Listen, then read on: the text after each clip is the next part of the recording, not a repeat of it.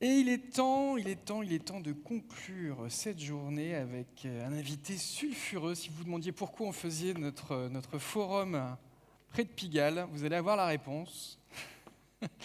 Je vous demande d'accueillir sous un tonnerre d'applaudissements Monsieur Grégory Dorcel. Bonjour, installez-vous, je vous en prie, sur ce petit tabouret.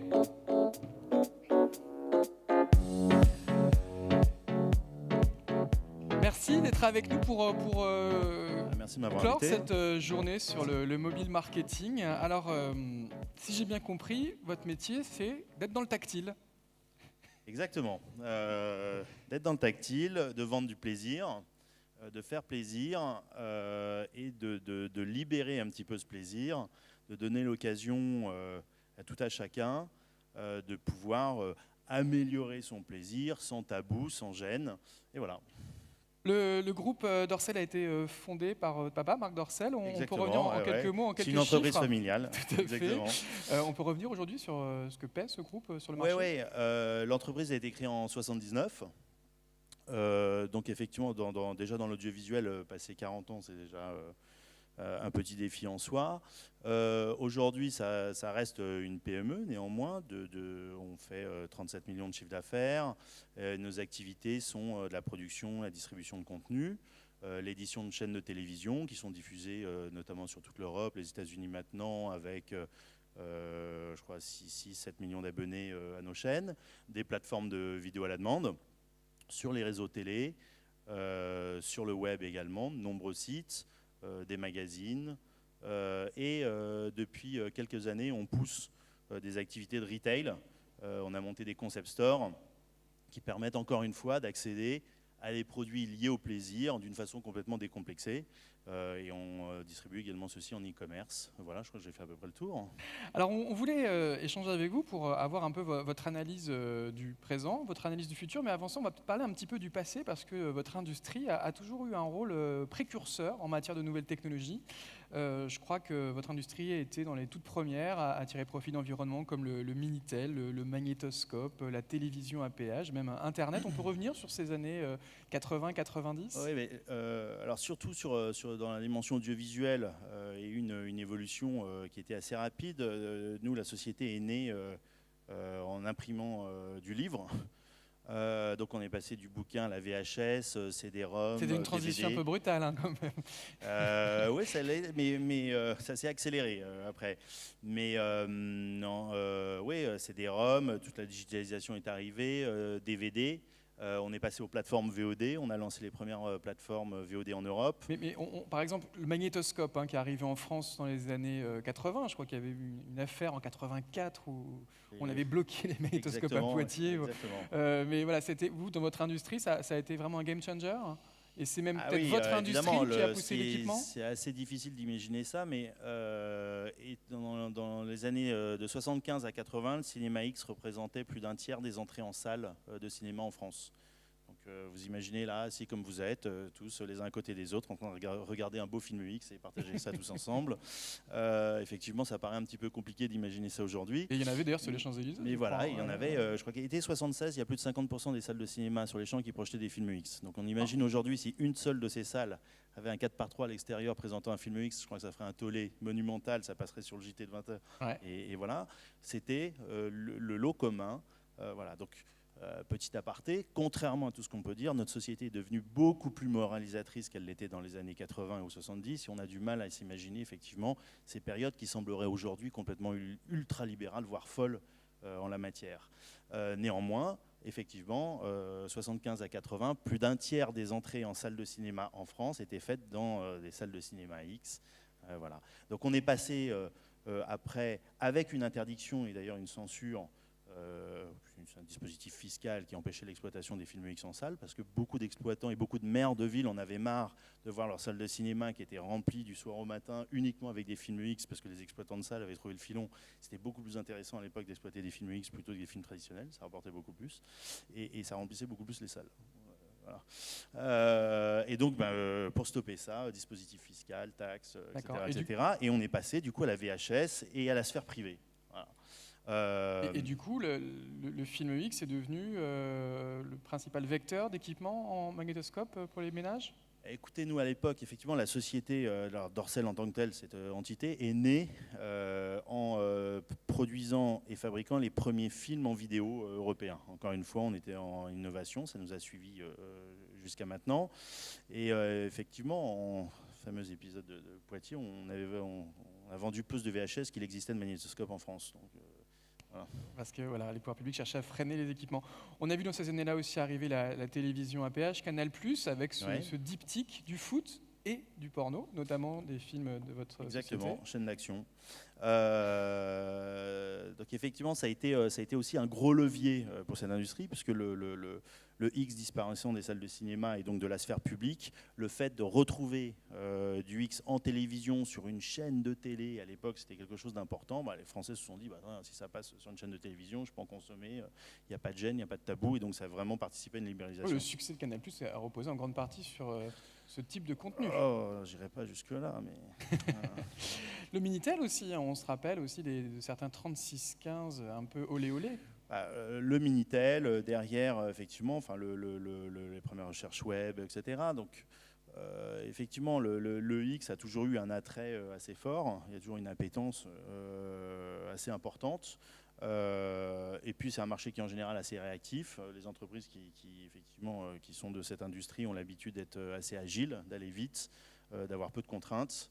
Et donc, notre métier, c'est de nous adapter et essayer d'identifier effectivement les nouveaux secteurs qui nous semblent intéressants et surtout les avancées technologiques qui permettent de mieux répondre à la demande de nos consommateurs. Donc dans les années 80, dans les années 90 aussi avec le web et Internet, le X est toujours un peu en pole position pour tester ces nouvelles technologies. Les années 2000, c'est aussi l'arrivée du multimédia mobile et les choses au début se passent bien aussi pour l'industrie du X qui est aussi bien positionnée sur les portails opérateurs. On est bien positionné sur les portails opérateurs. On lance les premières plateformes de VOD. C'est-à-dire qu'effectivement, il y a toujours non seulement une appétence pour nos contenus, mais en plus de ça, on a effectivement une clientèle qui est prête à payer pour ce contenu. Et en matière d'audiovisuel, il y a peu de contenus finalement pour lesquels le grand public est prêt véritablement à payer et qui peuvent générer des transactions. L'adulte en fait partie. Et donc au début, sur le mobile, ça se passait plutôt bien pour votre industrie, et puis ça s'est un peu compliqué à la fin des années 2000 ? Sur le mobile, très spécifiquement, effectivement, au début, ça a fait la joie effectivement, des opérateurs de services sur les services type galerie, etc. Et donc ça pesait, dans la suite logique du Minitel, pesait une grosse part des transactions. Et effectivement, cataclysme, Android, iOS, surtout, oui. On dit, hop, pas d'érotisme, pas rien, pas de porno et ni érotisme sur les apps. Et là, effectivement... Ça a été une surprise parce que votre industrie était toujours plutôt bienvenue, plutôt en pointe sur ces nouvelles technologies. Et là, on vous dit non. Alors, est-ce que c'était une surprise? Non, ça s'est déjà passé dans le passé à partir du moment où une ou deux sociétés privées décident de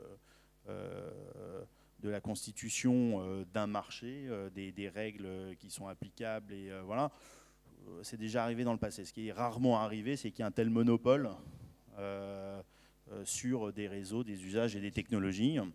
Voilà. Disons que la plateforme France Télécom était peut-être moins regardante que la plateforme Apple. Il y avait peut-être pas les mêmes conceptions culturelles derrière. Alors, si on voit aujourd'hui la position des GAFA vis-à-vis de l'érotisme en général, on va dire que la moitié d'entre eux sont ultra conservateurs.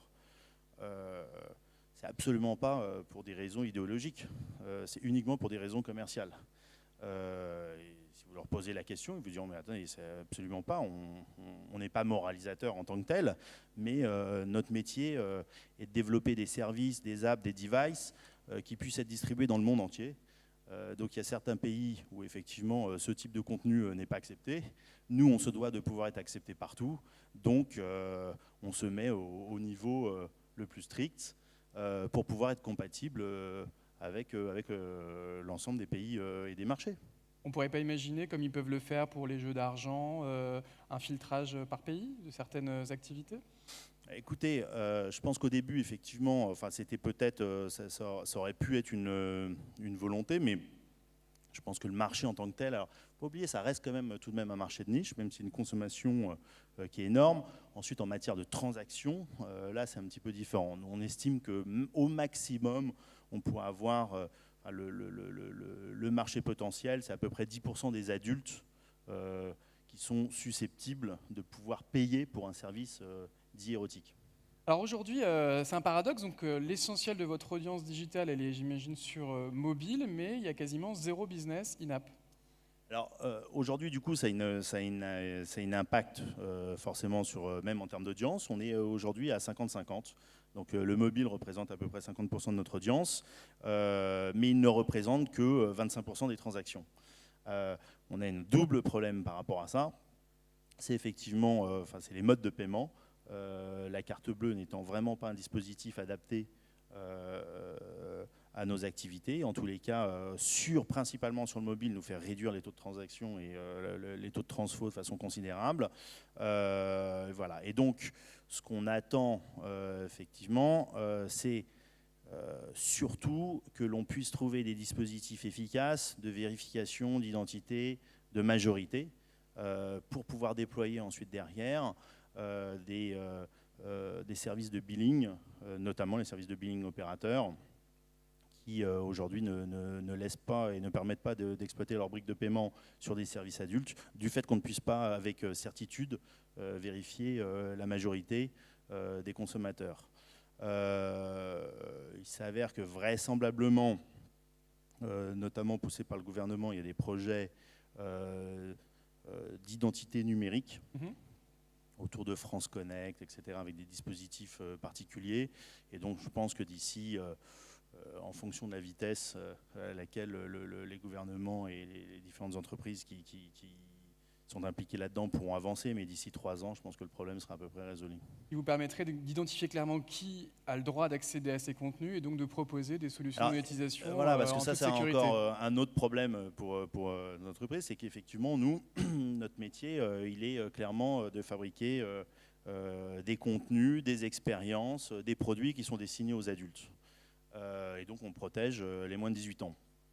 Alors, c'est notre cas, nous, entreprise française. Alors on le fait déjà par déontologie, puis parce que j'ai bien intérêt à le faire, parce que si je ne le fais pas, c'est 3 ans de prison ferme, etc. Oui, on plaisante pas. Donc, voilà, on ne rigole pas avec ça, c'est du pénal, hein, donc c'est assez simple. Mais Donc, je peux vous garantir que toutes les entreprises établies dans les pays occidentaux, elles respectent très scrupuleusement ces choses-là, parce que comme moi, elles n'ont pas tellement envie effectivement, de goûter à la condamnation pénale. Maintenant, on fait face effectivement au Tube, à différents dispositifs qui, eux, sont tous hébergés dans des pays un peu plus exotiques et là, qui obéissent à aucune réglementation. Donc, qui sont du coup accessibles à des moins de 18 ans. Qui sont accessibles à tout le monde, de partout, puisque... crée une distorsion un peu de...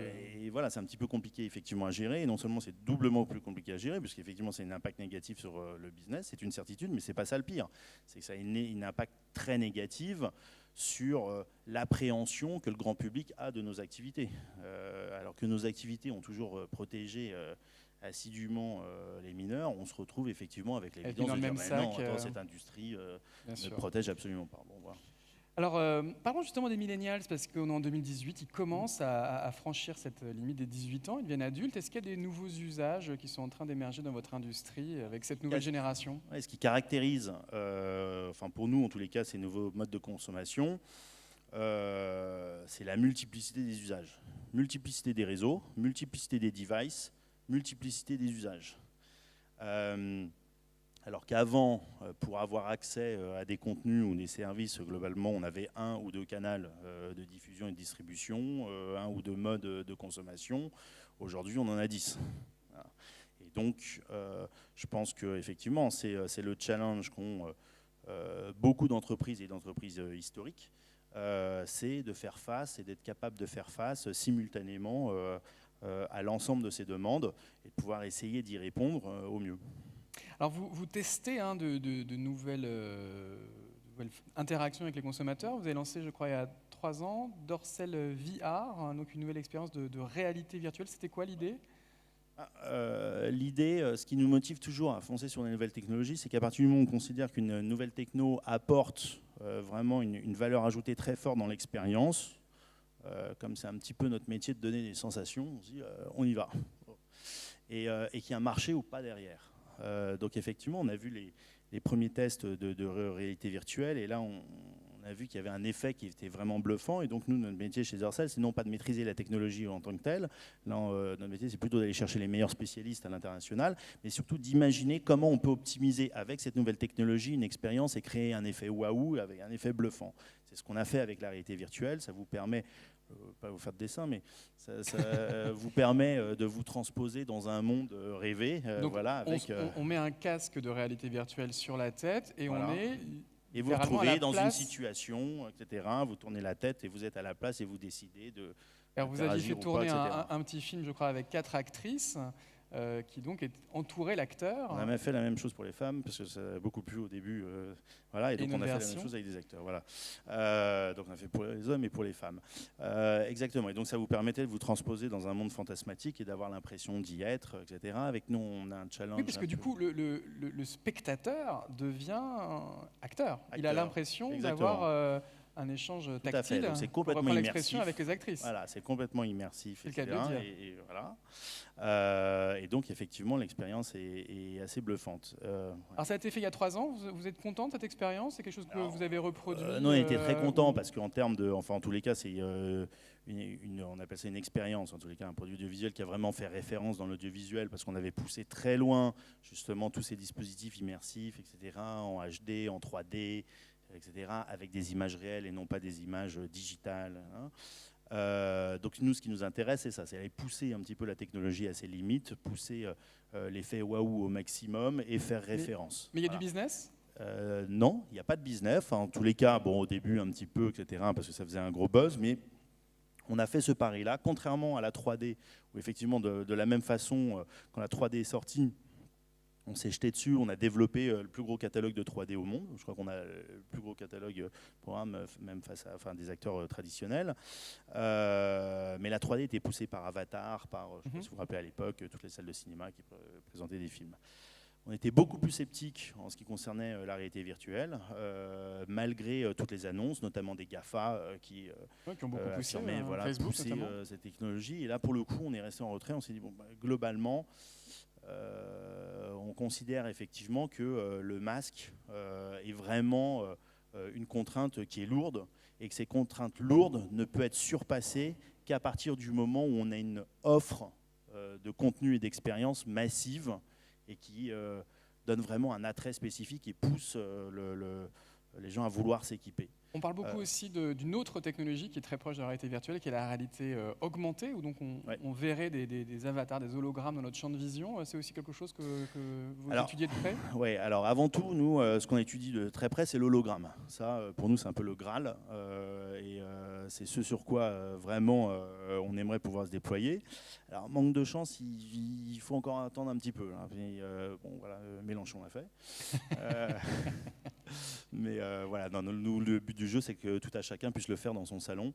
Voilà, on imagine, ou dans sa chambre à coucher. Voilà, on imagine bien pourquoi. Et donc on aurait vous auriez ce que vous voulez. Mélenchon, voilà, si vous voulez. À part Mélenchon, c'est votre choix. Mais en tous les cas, en tous les cas, effectivement, l'idée, c'est de pouvoir avoir votre hologramme, une situation, ce que vous voulez, votre personnage préféré. Puis l'illusion que l'hologramme est chez soi, évidemment. Exactement, parce qu'on peut le regarder. à côté de vous, voilà, et de partager ça. Et ça, Donc pour nous, c'est l'expérience ultime. Alors, on peut déjà faire de la réalité augmentée avec son smartphone. On pourrait déjà avoir une starlette chez soi. Autant, on n'est pas encore en capacité de construire une image comme Mélenchon. Exactement.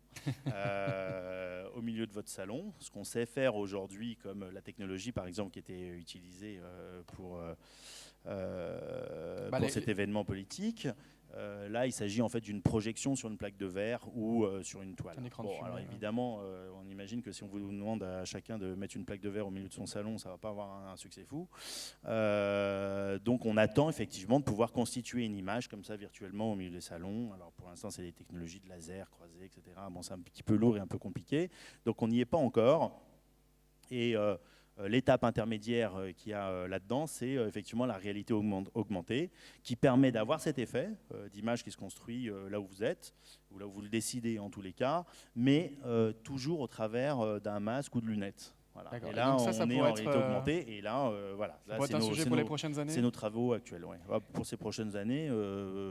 Pour la prochaine année, je pense. Pour l'année prochaine. Dernier sujet, les objets connectés. C'est aussi un sujet qu'on associe à l'univers du mobile. On voit aussi beaucoup de gadgets et d'objets connectés dans cette industrie, notamment au Japon, je crois. C'est quelque chose qui vous inspire aussi?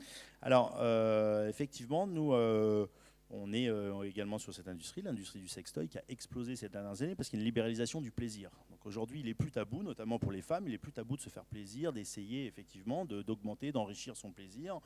Et donc ça devient de plus en plus accepté, même dans les pays latins, macho, etc., où normalement le plaisir était contrôlé et le domaine des hommes, réservé aux hommes. Bon, maintenant, on commence à accepter effectivement que les femmes puissent aussi se faire plaisir. Et donc les sextoys ont énormément évolué. Et il s'avère que les objets connectés en la matière commencent à démarrer. Ça représente à peu près 10% des ventes. Il y a un sextoy, mais globalement, vous avez un produit qui remporte tous les suffrages et qui représente à lui seul 10% des ventes. Un truc qui s'appelle le Lush, L-U-S-H. Voilà, qui permet effectivement de se connecter, de le piloter à distance, de partager avec son conjoint, de jouer avec son conjoint à distance, de près, de s'envoyer des petits messages, etc. D'accord, donc c'est un objet qui est encore lié à un conjoint. Demain, on pourrait imaginer de le lier à un hologramme que vous pouvez synchroniser à votre musique, à ce que vous regardez, etc. Enfin, voilà. Mais on n'a pas encore trouvé, encore une fois, la techno pour la techno n'a pas vraiment d'intérêt. Elle a un intérêt à partir du moment où elle peut optimiser votre expérience, c'est-à-dire soit améliorer votre plaisir, soit améliorer votre performance, voilà, ou compléter votre expérience et vous apporter une autre expérience. Bon.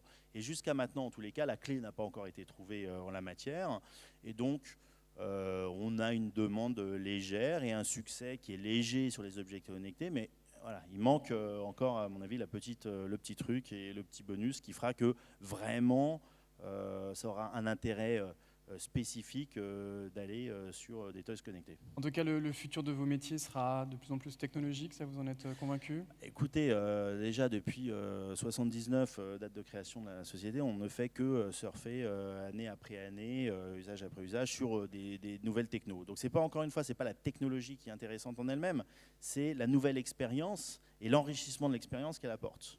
Voilà. Mais effectivement, l'amélioration de l'expérience passe notamment par la technologie, et chaque nouvelle technologie qui nous permet de faire des bonds comme ça est intéressante. Si on devait avoir un hashtag de conclusion, ça serait quoi? Sex first? Plaisir. Plaisir, tout simplement. Exactement.